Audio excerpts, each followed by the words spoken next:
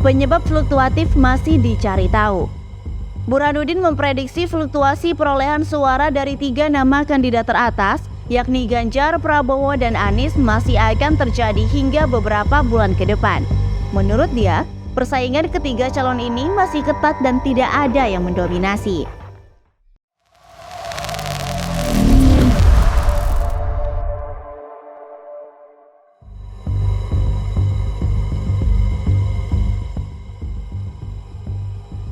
Elektabilitas Capres hasil temuan survei indikator Ganjar stagnan, Prabowo naik, dan Anies turun.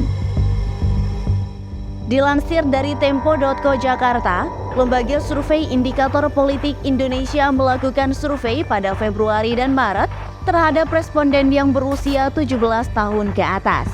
Survei dilakukan menggunakan multistage random sampling. Pada survei Februari, terdapat 1.200 responden yang diwawancarai. Margin of error survei ini diklaim sebesar 2,9% dengan tingkat kepercayaan 95%.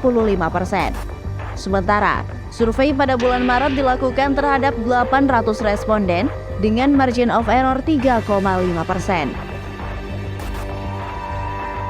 Indikator menggelar survei dengan beberapa simulasi, yaitu 34 nama calon, 19 nama calon, 10 nama calon, dan 3 nama calon.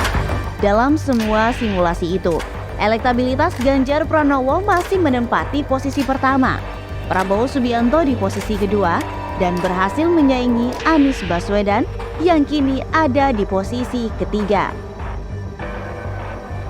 Elektabilitas Ganjar teratas tapi stagnan. Survei Indikator Politik Indonesia kembali menempatkan Gubernur Jawa Tengah Ganjar Pranowo memiliki elektabilitas tertinggi survei calon presiden 2024. Berdasarkan survei terbaru, indikator itu, elektabilitas Ganjar berada di nomor wahid mengalahkan Menteri Pertahanan Prabowo Subianto dan mantan Gubernur DKI Jakarta Anies Baswedan. Burhanuddin mengatakan, Ganjar konsisten menempati posisi teratas dalam beragam simulasi survei yang digelar oleh indikator pada Maret 2023. Dalam simulasi 34 nama calon, Ganjar mendapatkan 30,8% suara. Dalam simulasi 19 nama calon, Ganjar masih posisi teratas dengan 30,8% suara. Sementara, dalam simulasi 10 capres, Ganjar juga masih di posisi 1 dengan 30,7% suara. Begitupun dalam skenario 3 calon presiden, lagi-lagi Ganjar unggul dengan 36,8% suara.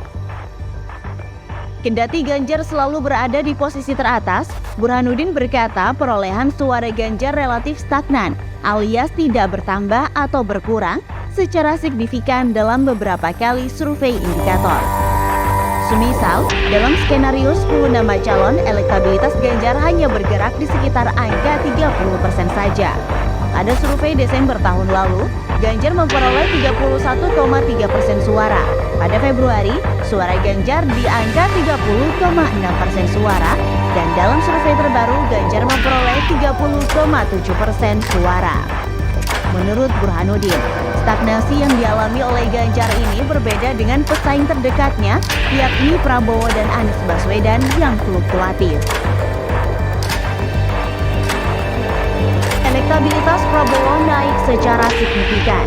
Indikator mencatat kenaikan elektabilitas Ketua Umum Partai Gerindra Prabowo Subianto dalam beberapa waktu terakhir.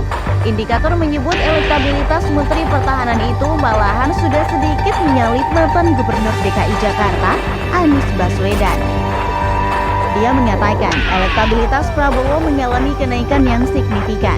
Pada survei bulan Februari 2023, Ketua Umum Partai Gerindra itu baru mendapatkan 17,2% suara. Namun, pada survei Maret 2023, elektabilitasnya melejit menjadi 21,7% suara. Dalam simulasi 30 nama, Ganjar menempati posisi pertama dengan 30,8% suara. Prabowo berada di posisi kedua dengan 23% suara dan Anies di posisi ketiga dengan 21,7% suara.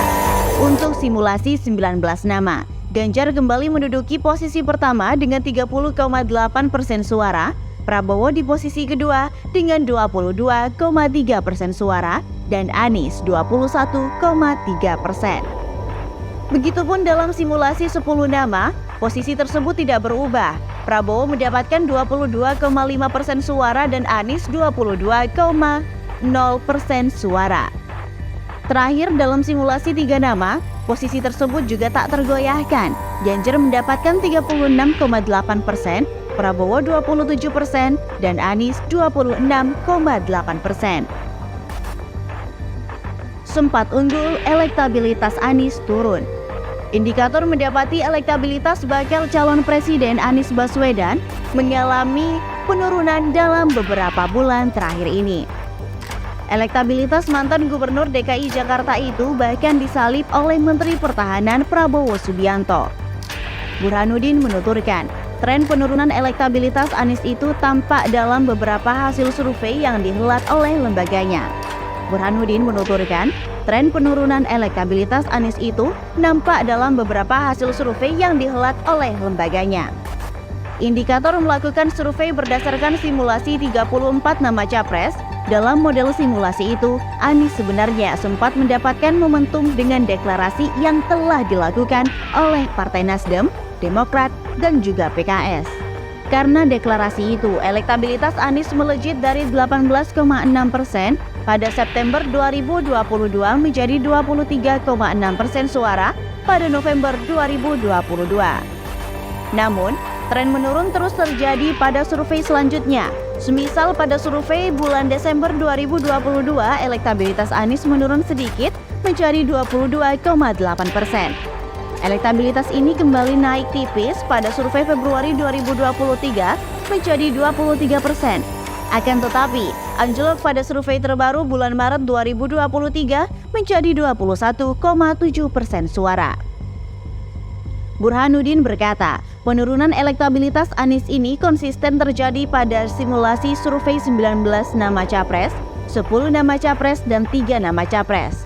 Berdasarkan survei bulan Maret 2023 terhadap 800 responden, Anies kini berada di posisi ketiga di bawah Ganjar Pranowo yang berada di peringkat Wahid dan Prabowo di peringkat kedua.